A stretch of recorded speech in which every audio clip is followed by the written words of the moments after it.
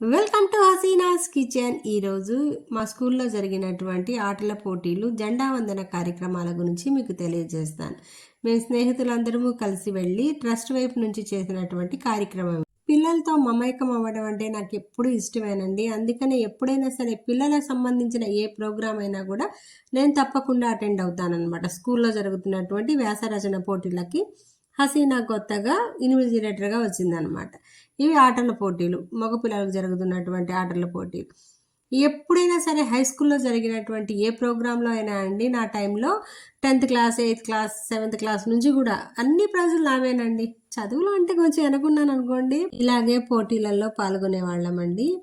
ఇంకా debate competition అయితే ఇంకా చెప్పాల్సిన అవసరం లేదండి. ఫస్ట్ ప్రైజ్ తప్పకుండా హసీనాకే వచ్చేది. బాల్యం చాలా అందంగా ఉంటుంది కదా. నాకు కూడా చాలా ఇష్టం అండి పిల్లలతో ఆడటము, పిల్లలతో కలిసిపోవటం అంటేనే చాలా ఇష్టమైన విషయం, చాలా బాగుండే విషయం కూడా అది. అలాగే వీళ్ళతో నిలబడి ఎస్పీఎల్లతో పోటీ పడి నిలబడ్డాను. జెండా వందన కార్యక్రమానికి కూడా నేను రావడం, గెస్ట్గా రావడం ఇంకా బాగుంది.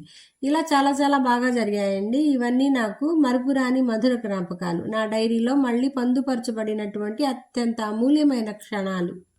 మా స్నేహితులు స్పాన్సర్ చేశారండి. ఇవన్నీ ఫస్ట్, సెకండ్, థర్డ్ ప్రైజులకి వీళ్ళకి ప్రైజెస్ ఇస్తున్నాం అనమాట. ట్రస్ట్ వైపు నుంచి వచ్చి ఇస్తున్నాం. మా స్నేహితులు, స్నేహితురాళ్లతో కళకళలాడిపోతుంది కదా. ఇక్కడ స్పీచ్ చేయడం నాకు ఇదేం కొత్త కాదండి. చిన్నప్పటి నుంచి కూడా ఇలా డిబేట్ కాంపిటీషన్లో పార్టిసిపేట్ చేస్తున్నాను.